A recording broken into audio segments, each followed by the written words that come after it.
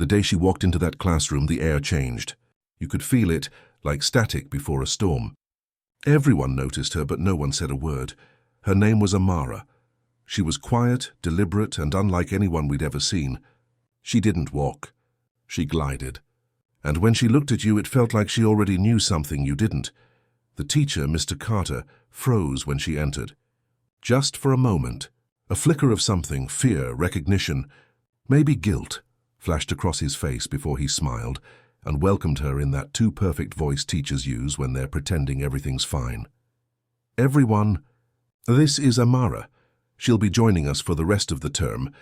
She gave a polite nod, her dark eyes scanning the room like she was searching for someone. When her gaze passed over me, I swear I felt a chill run down my spine. There were 25 of us in that classroom, but it suddenly felt smaller. The sound of the clock ticking grew louder. The sunlight dimmed through the blinds. It was as if her presence swallowed the air. At first we thought she was just shy. New kid, new town, happens all the time. But Amara didn't act like someone trying to fit in. She didn't flinch when people whispered. She didn't try to make friends. And when one of the usual bullies, Dylan, decided to test her, things started to feel wrong. It happened on her third day.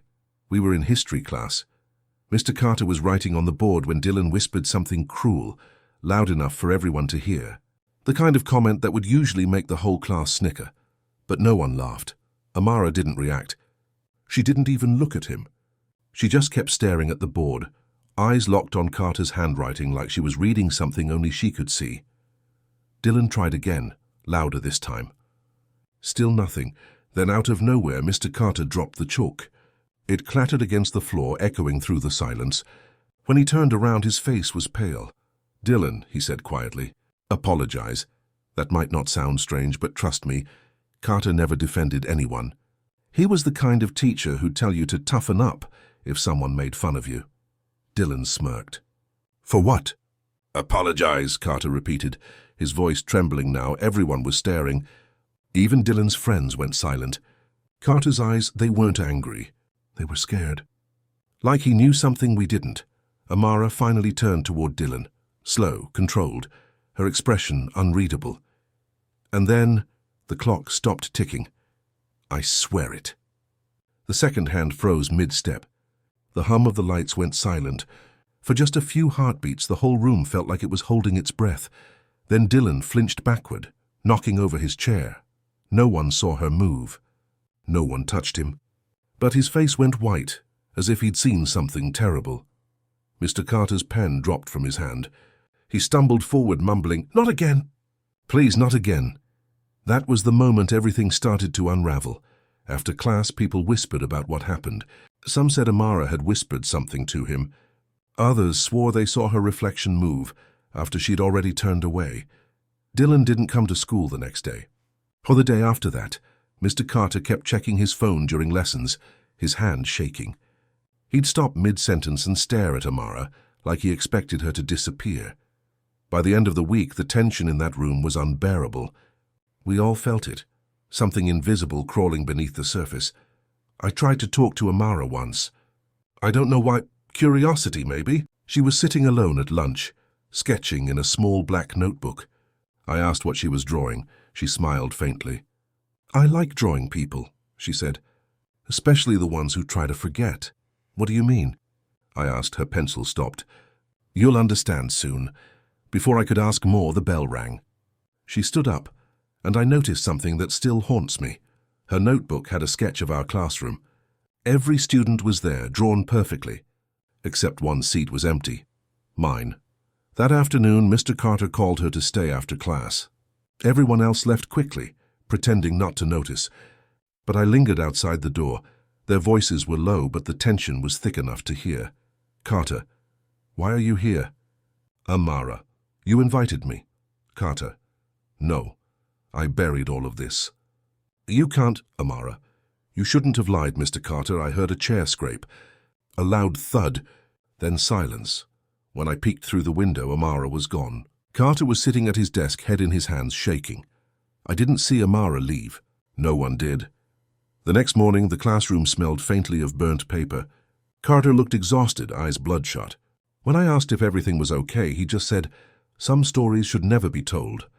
Over the next few days, strange things kept happening. The PA system would click on randomly, playing distorted whispers before cutting out. Lockers slammed by themselves. And sometimes, in the reflection of the window, you could see Amara's outline even when she wasn't there. People stopped sitting near her. Even the teachers avoided eye contact. Then, one Friday afternoon, everything reached a breaking point. Carter walked in late, clutching a folder. He looked like he hadn't slept in days. He started the lesson like nothing was wrong, but his hands were trembling so badly the chalk snapped between his fingers. Amara sat in the back, silent as always, eyes on him. Halfway through the lesson, she raised her hand. "Mr. Carter," she said softly, "should we talk about the fire?" The whole room went still. He froze mid-sentence. Slowly, his head turned toward her. "What did you say?" "The fire," she repeated. "The one you never told them about." You could hear a pin drop. Everyone stared, confused.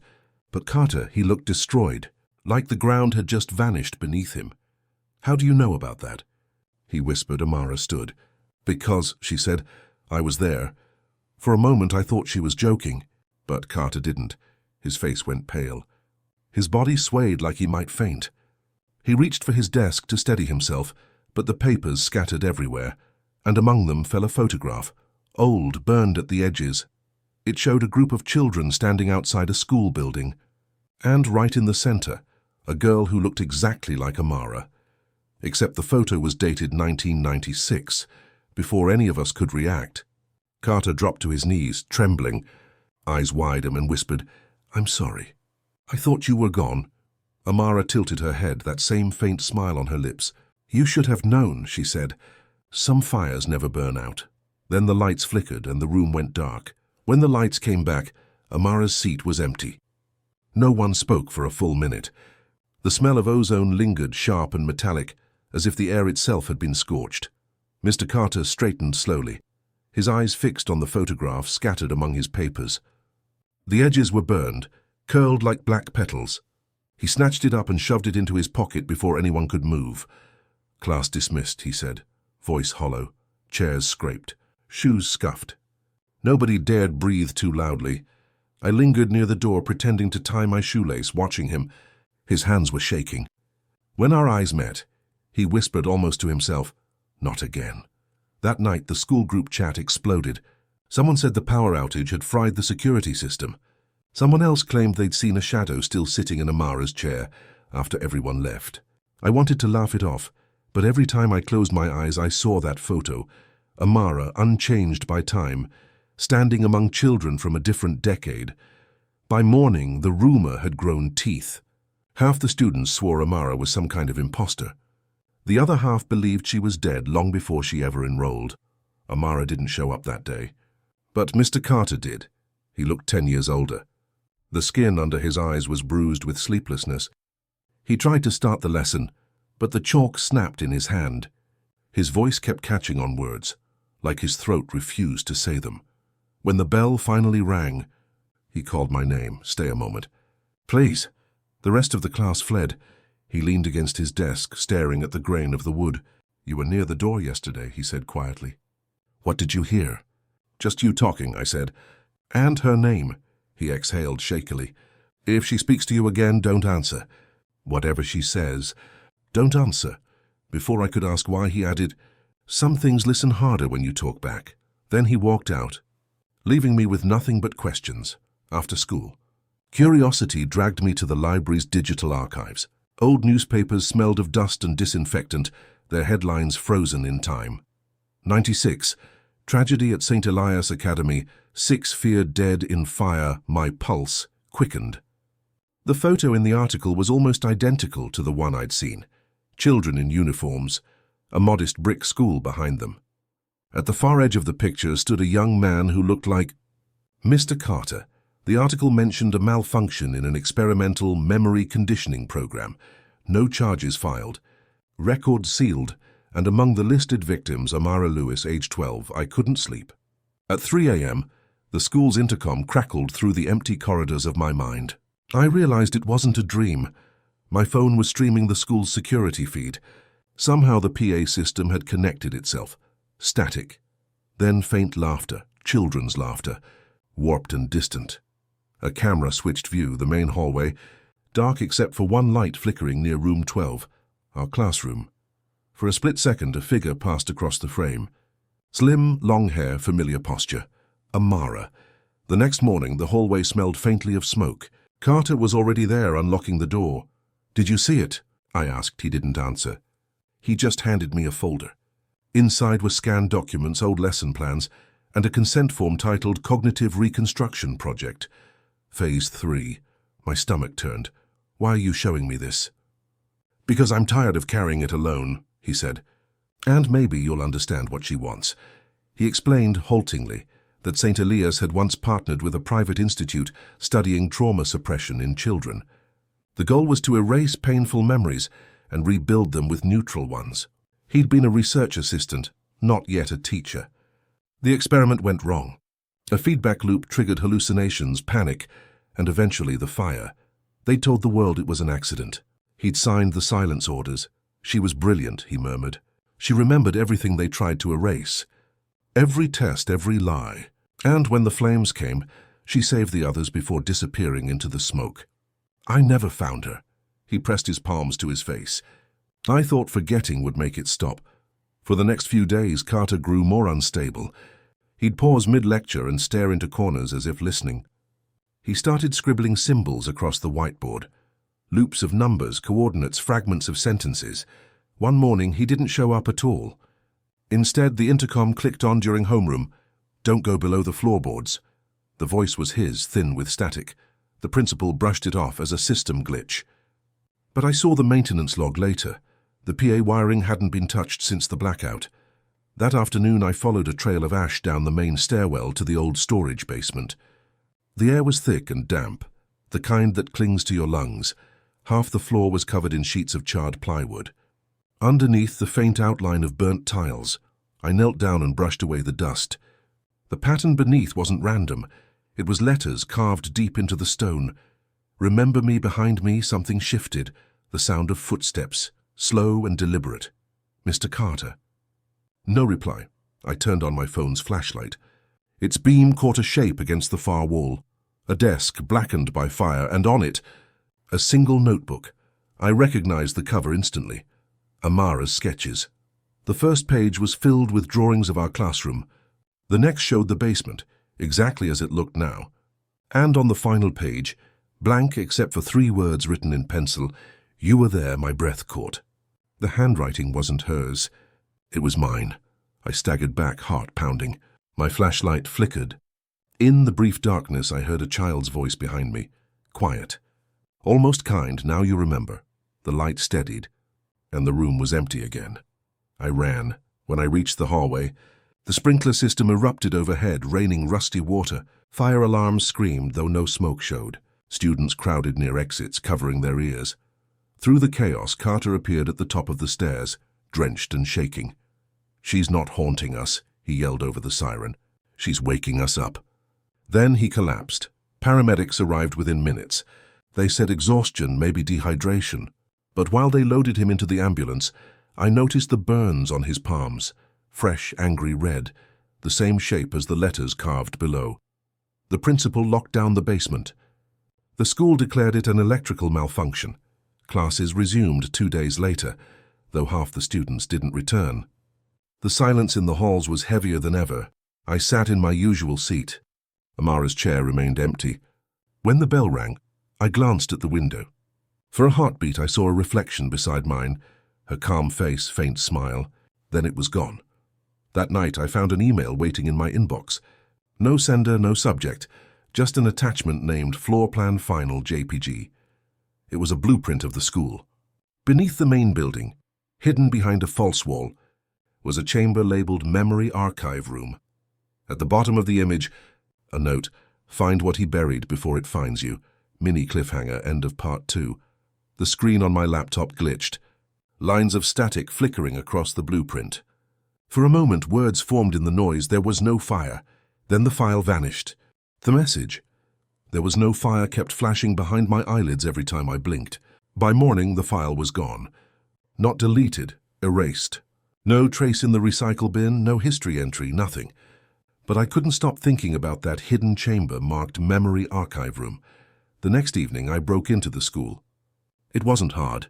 Security lights were still down after the malfunction. The hallway smelled faintly of damp paper and disinfectant, the way hospitals smell after midnight. Every step echoed too loudly. Every shadow looked like it was listening.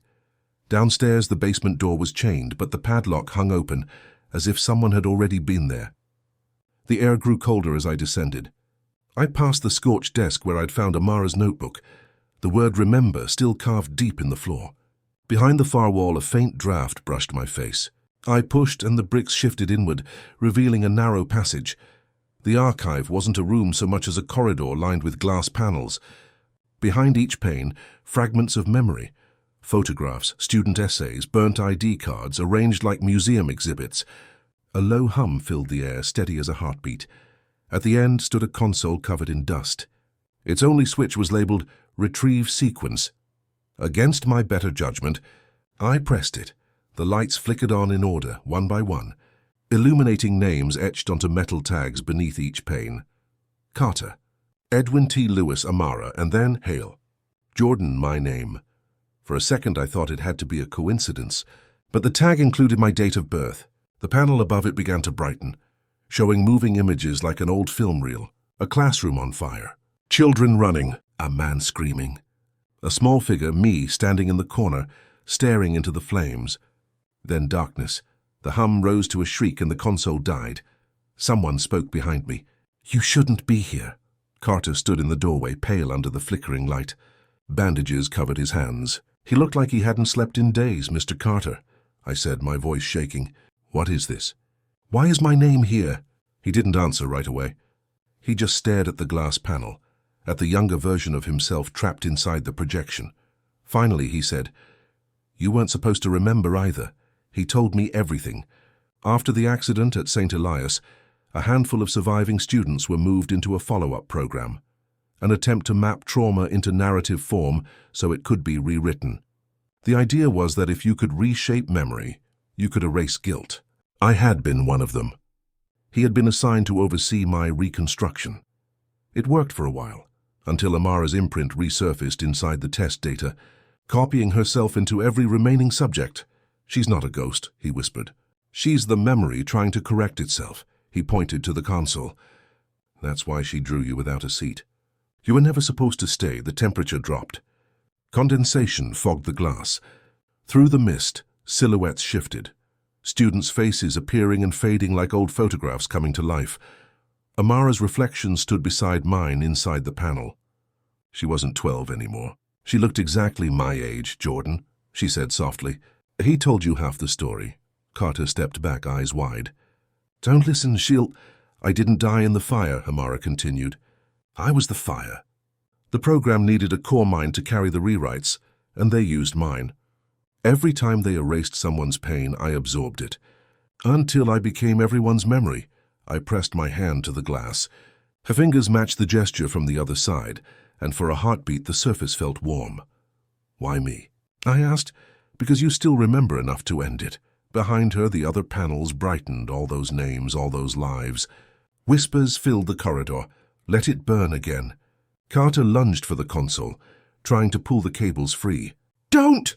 I shouted, but it was too late. Sparks flew, plunging us into red emergency light. The glass cracked. A pulse of heat rolled through the corridor. For an instant I smelled smoke, heard children coughing, the same echo from 29 years ago. Carter fell to his knees. "I tried to save you," he gasped. "All of you." Amara's voice came through every speaker at once. "No, you tried to forget." The panels shattered. When the dust settled, the corridor was gone.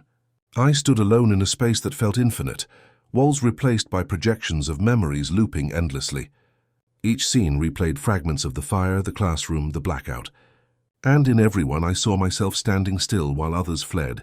Amara appeared beside me, calm, almost peaceful now. "This is the archive," she said. "Every story that was rewritten lives here. The only way out is to choose which memory becomes real. What happens to the rest? They fade. But the pain goes with them." She looked at me, waiting. Behind her, Carter's silhouette flickered. pleading, terrified. "Don't let her finish it!" he shouted. "If she closes the loop, none of us will exist." Amara's eyes held mine. "He's right about that part. But existence built on lies isn't living." The ceiling began to collapse, sparks raining like embers. I had seconds to decide. I stepped toward the console, now glowing again, and pressed both palms to its surface. Images rushed through me. Laughter, fear, smoke, the sound of a teacher's voice promising everything would be fine. Then silence. The hum stopped. The heat vanished. When I opened my eyes, I was sitting in an empty classroom. Morning light spilled through clean windows. No burn marks, no ash, just a faint smell of old chalk. A voice behind me said, "You're early, Jordan." Mr. Carter stood at the board, healthy, smiling like none of it had happened. Students filed in one by one, chatting, laughing. Among them, a girl took the seat beside mine. Amara. She turned, grinned, and whispered, "First day again, huh?"